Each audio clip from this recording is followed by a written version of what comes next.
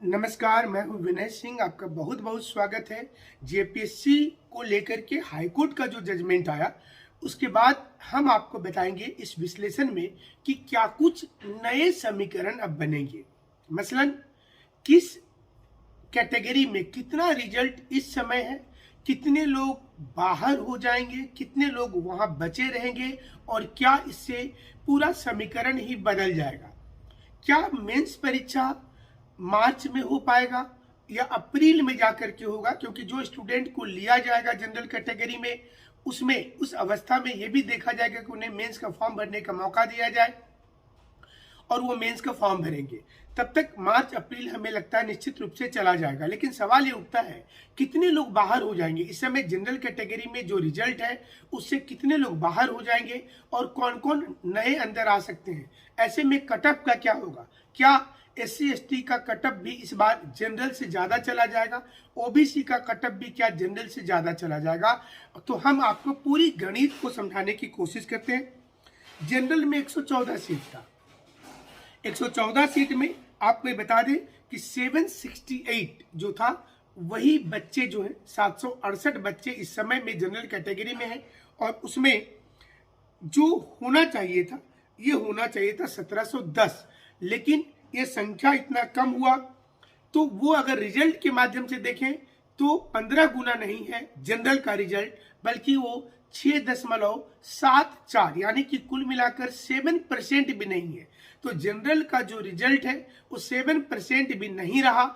इसलिए ये कोर्ट ने इसे माना कि जब आपकी नियमों में प्रारंभिक परीक्षा में रिजर्वेशन देना शामिल ही नहीं था तो फिर आपने रिजर्वेशन देकर के क्यों गलत स्टेप लिया।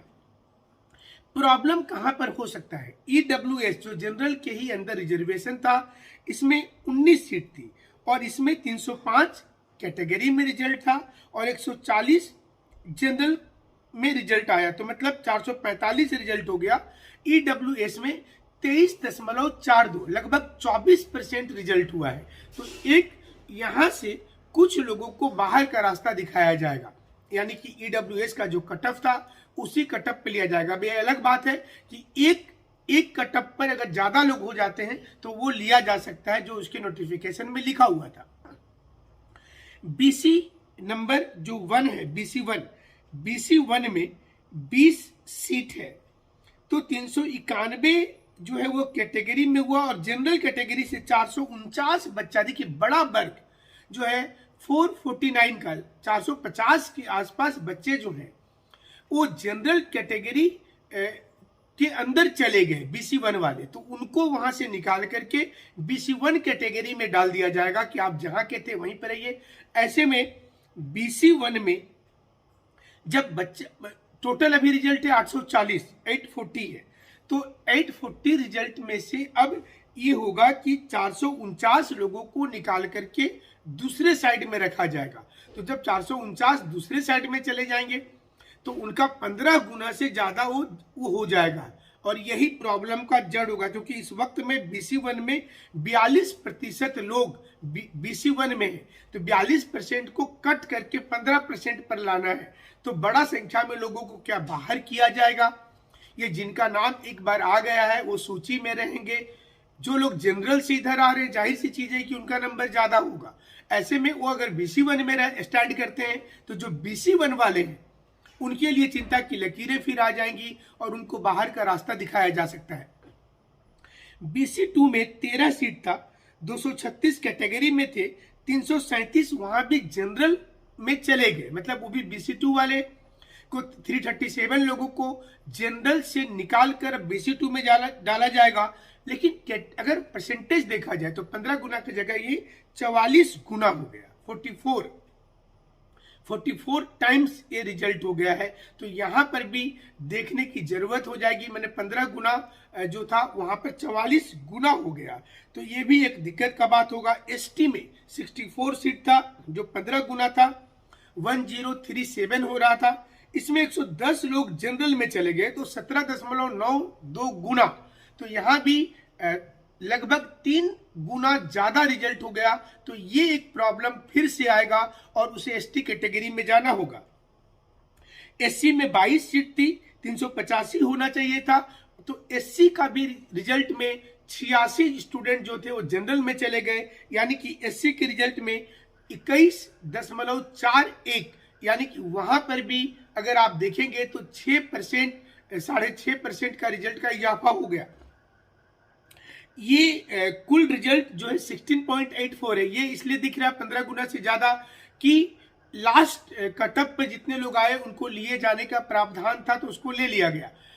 लेकिन अब सवाल ये आ रहा है कि इतना बड़ी चीज हुई है, चूंकि छठे जेपीएससी में लिख करके दिया था जेपीएससी ने कि हम पीटी में कोई आरक्षण नहीं देते हैं, और ऐसे में पीटी में हम जो रिजर्वेशन है वो पीटी में हम लागू नहीं करते हैं। ऐसे में ये समस्या जाहिर सी चीजें किया जाएगा कि सिंगल हम कट ऑफ रखें, क्या करें, ये नियमावली की ही दिक्कत हो जा रही है। यानी कि आपने जो नियमावली खुद बताया था शपथ पत्र के माध्यम से, सिंगल बेंच में झूठ बोल दिया था जेपीएससी ने कि हमने ऐसा कुछ नहीं किया, लेकिन डबल बेंच में जब कागज मांगा गया तो यहां पर जेपीएससी फंस गई। तो जो दिक्कतें आएंगी कि जनरल के सीट में जहां पर जनरल को लेना चाहिए था और जनरल का रिजल्ट जो है वो 768 से बढ़ा करके 1710 करना है, तो 1710 जब होगा जाहिर सी चीज है कि उसमें जो बच्चे वहां चले गए हैं तो मतलब उनको जब हटाएंगे तो जो जनरल में सिलेक्शन नहीं हुआ अभी तक, जिनको मेंस का फॉर्म भरने नहीं दिया गया, उनको लेंगे।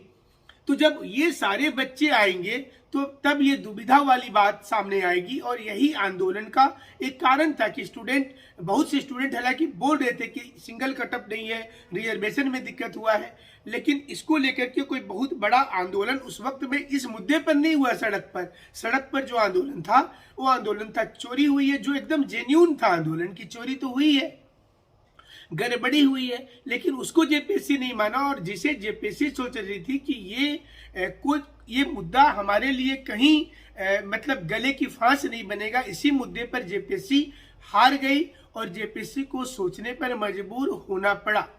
तो ये महत्वपूर्ण है कि कितने स्टूडेंट जो है वो अगर अंदर आते हैं तो ऐसे में क्या ये सारे बच्चों को ओबीसी कैटेगरी में रख दिया जाएगा, जो यहाँ पर ज्यादा जैसे 42 गुना रिजल्ट दिख रहा है BC1 का, 44 गुना BC2 का, तो ये 42 और 44 टाइम्स रिजल्ट है। 15 के जगह पर आप देखिए तो 3 गुना बढ़ा दिया गया है रिजल्ट, और यही सबसे बड़ा दुविधा हो गया। और ऐसे में अब हमें लगता है कि ये इतना पेचीदा मसला हो जाएगा, चूंकि इसमें स्टेज 1 पर ही प्रॉब्लम हो गया। जेपीएससी 6th में क्या हुआ था कि वो जाकर के फाइनल स्टेज पर गड़बड़ाया। जब रिजल्ट फाइनल निकला तब पता चला लोगों को, उसके बाद भी जब कट ऑफ जारी किया गया, मार्क्स रिलीज हो गया, तब पता चला कि हिंदी अंग्रेजी का नंबर आपने जोड़ दिया जो नहीं जोड़ना चाहिए था।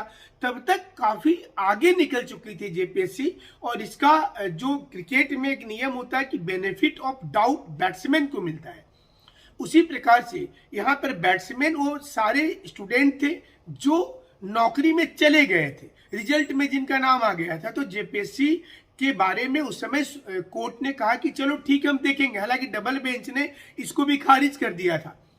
और यहाँ पर भी सेम चीज हुआ, यहाँ पर पहले स्टेज में ही गड़बड़ी आ गई। तो जेपीएससी अभी मेंस चूंकि नहीं ली थी, जेपीएससी यही चाह रही थी कि हम जल्दी से मेंस ले लें, और अगर मेंस हम एक बार ले लेते हैं तो हम प्रक्रिया का हवाला देते देते आगे बढ़ेंगे, क्योंकि कोर्ट कई बार बोल चुका है कि अगर हम बार बार रोक लगाएंगे तो ये तो जिंदगी में पूरा नहीं होगा। इसलिए हम रोक नहीं लगाना चाहते, हम चाहते हैं कि आप परीक्षा लीजिए, आगे बढ़िए और लोगों को ये दीजिए, लेकिन इस प्रकार से बढ़िए।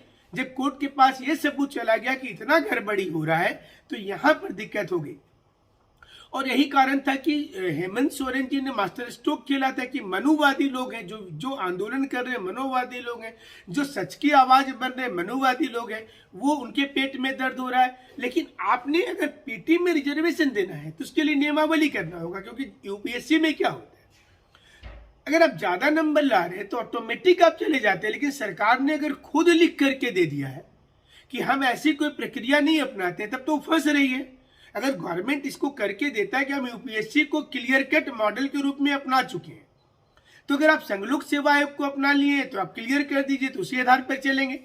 लेकिन कुछ नियम यूपीएससी का लेंगे, कुछ नियम बीपीएससी का लेंगे, कुछ अपना चलाएंगे, कुछ सिक्किम से ले लेंगे, तो वहां पर फंसने का चांस ज्यादा हो जाता है, क्योंकि हर राज्य का और केंद्रीय एजेंसी जो परीक्षाएं लेती हैं उनकी एक पर्टिकुलर गाइडलाइन होती है, जो गाइडलाइन यहाँ पर देखने को नहीं मिल रहा। और ये बड़ा कारण बना है कि क्यों झारखंड में इस समय स्टूडेंट की परेशानी है। लेकिन अभी तो बहुत सा चीज देखना बाकी है कि जेपीएससी रिजल्ट जो नया निकालेगी तो उसके बाद किस प्रकार का बवाल होगा। लेकिन जो आंदोलन सुस्त पड़ गया था उसे एनर्जी मिला, जो लोग उदास हो चुके थे उनको सहारा और उम्मीद मिला। जेपीएससी जो खुद बोलती थी कि हमेशा मुस्कुराते रहिए, अब वो उदासी में चले गए हैं, स्टूडेंट मुस्कुरा रहे हैं। हमारे साथ आप जुड़े रहिएगा, चैनल पर नए हैं तो सब्सक्राइब कीजिएगा।